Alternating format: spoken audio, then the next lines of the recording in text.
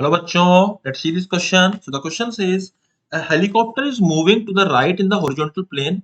It experiences three forces F gravitational, F drag and upthrust force on it caused by F rotor. Okay, and its acceleration being A, which of the following diagrams can be correct free body diagram with respect to the stationary observer on ground. Okay, so here we will write the key concept. So the key concept is what?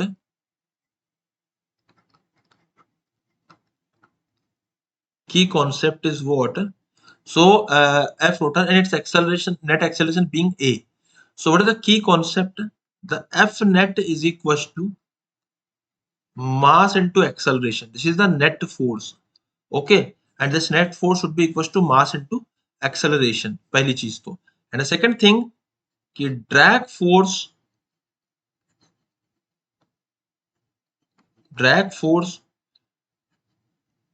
always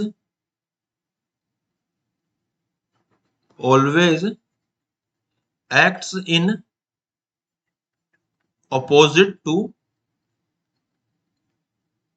motion. तो motion के opposite में हमारा drag force लगेगा.